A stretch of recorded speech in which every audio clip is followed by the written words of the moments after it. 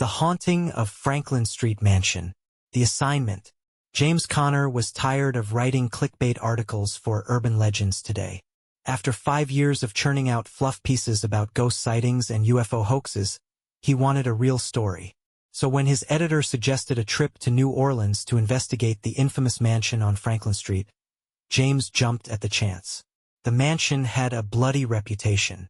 Built in 1893 by sugar baron Elias Grayson, it had seen more tragedy than most cemeteries. Grayson's wife drowned in the fountain. His daughter disappeared without a trace.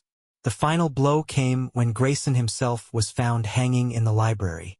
Over the years, the house had passed through various owners, but each left in a hurry, or didn't leave at all. First impressions. James arrived in New Orleans on a sticky August afternoon. The city was alive with jazz and the scent of gumbo, but his thoughts were consumed by the mansion. He booked a room at a nearby inn and spent the evening interviewing locals. "That house is cursed," said Marie, the innkeeper. "You hear about the family in the 70s? They moved in with 3 kids. By the end of the year, all 3 were gone. No one ever found the bodies." Her words sent a chill down James' spine, but he shrugged it off. He didn't believe in curses, just human cruelty and bad luck. The next day, he stood before the mansion. It was a decaying monument to another era. Ivy crawled up its walls like veins, and the windows stared back like empty eye sockets. As he pushed open the gate, it groaned in protest. The first night, armed with a flashlight, a notebook, and his trusty camera, James stepped inside.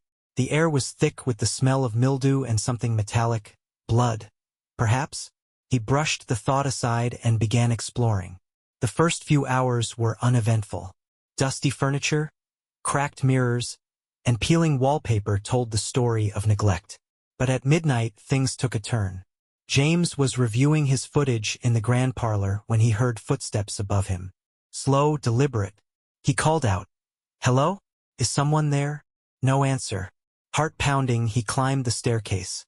The sound led him to a locked door at the end of the hall. Suddenly, the footsteps stopped. When James tried the doorknob, it turned easily in his hand. Inside, he found a child's bedroom frozen in time. Dolls lined up on shelves, a tiny bed with faded sheets, and a music box playing on its own. Clues from the past. The next morning, James dug into the mansion's history at the local library. He uncovered chilling details about Elias Grayson. Not only was he a sugar baron, but he was also rumored to be a member of a secret society. The most interesting find was a diary belonging to a maid who worked in the mansion.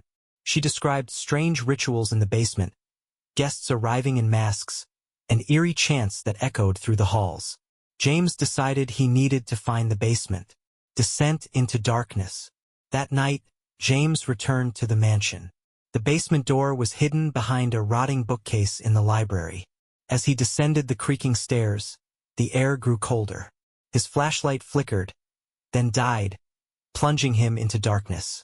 Using his phone's light, he saw symbols carved into the walls. Pentagrams, spirals, and words in Latin he couldn't decipher. In the center of the room was an altar, covered in dried blood. Suddenly, James felt a presence behind him. He turned, expecting to see a person, but the room was empty. Still, the feeling of being watched was overwhelming. The entity. The next few nights were a blur of terror. James heard whispers that seemed to come from the walls. Doors slammed shut on their own. His camera captured fleeting shadows that weren't there when he looked. One night, he awoke to find himself standing in the hallway, clutching the music box from the child's room. He had no memory of leaving his bed. Desperate for answers, James contacted Madame Laveau, a local medium. She agreed to perform a séance in the mansion. The séance.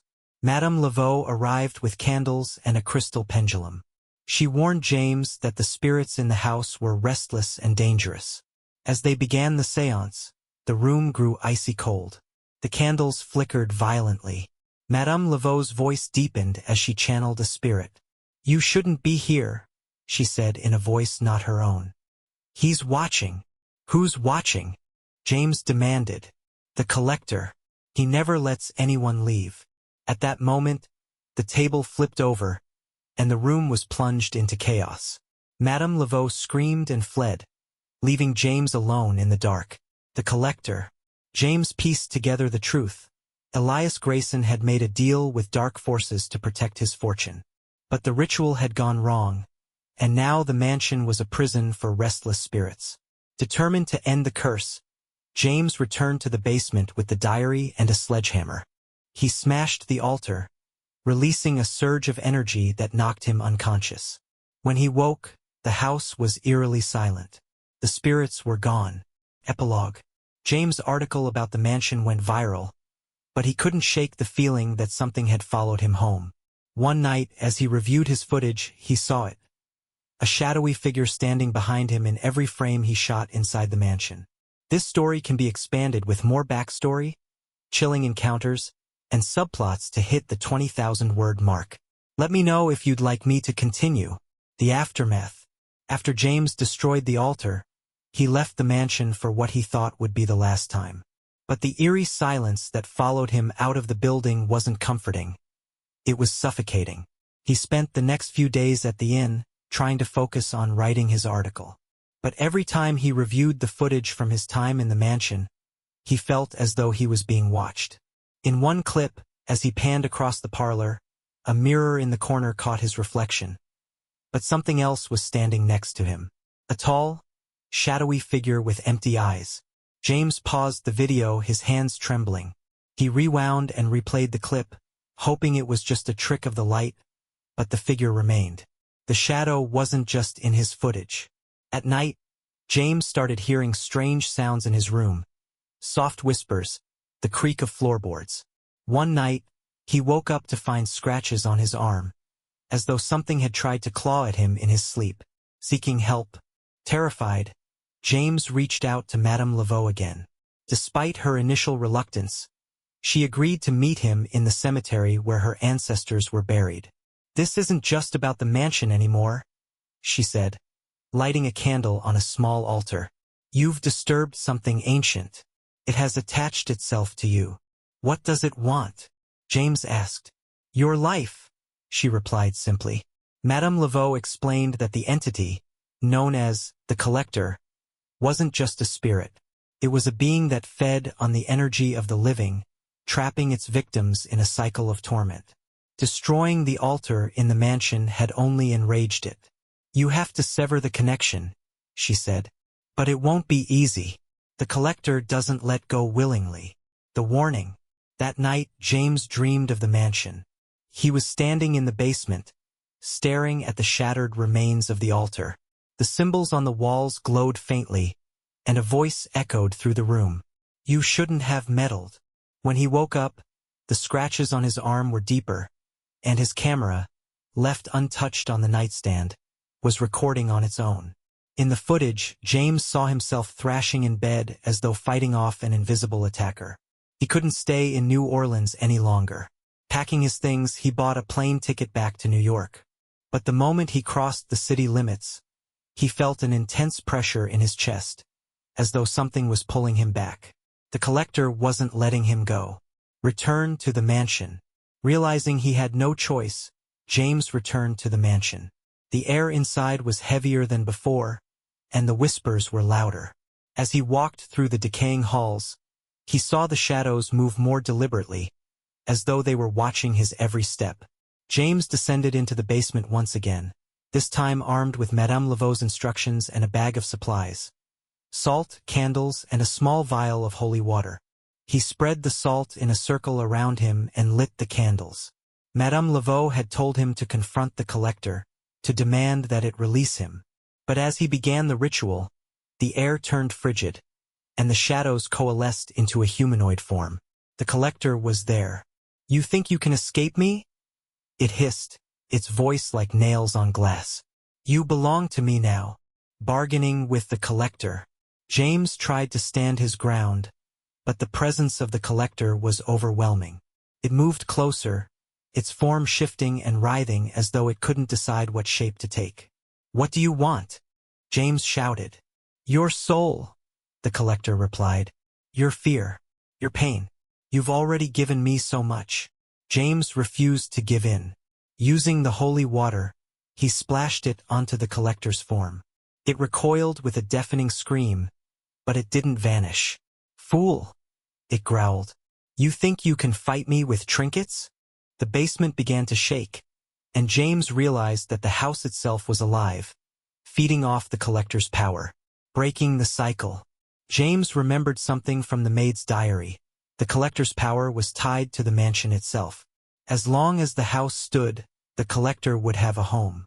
Desperate, James climbed back upstairs and searched for something he could use to destroy the building. In the garage, he found a can of gasoline and a box of matches. As he poured the gasoline through the halls, the whispers grew louder, turning into screams. The shadows surged toward him, but the salt he'd spread earlier slowed them down. "I'm ending this," James shouted, striking the match. The flames caught quickly, consuming the dry wood and peeling wallpaper. James barely made it out before the entire mansion was engulfed in fire. The price of freedom. James watched from a safe distance as the mansion burned. For a moment he felt a sense of relief, but as the flames died down he noticed something chilling. The shadows weren't gone. They were crawling out of the wreckage, coalescing into a single form. The collector stood amidst the ashes, staring directly at him. "You think this ends with..." Chapter 16. The Pursuit. James fled New Orleans, hoping to leave the nightmare behind.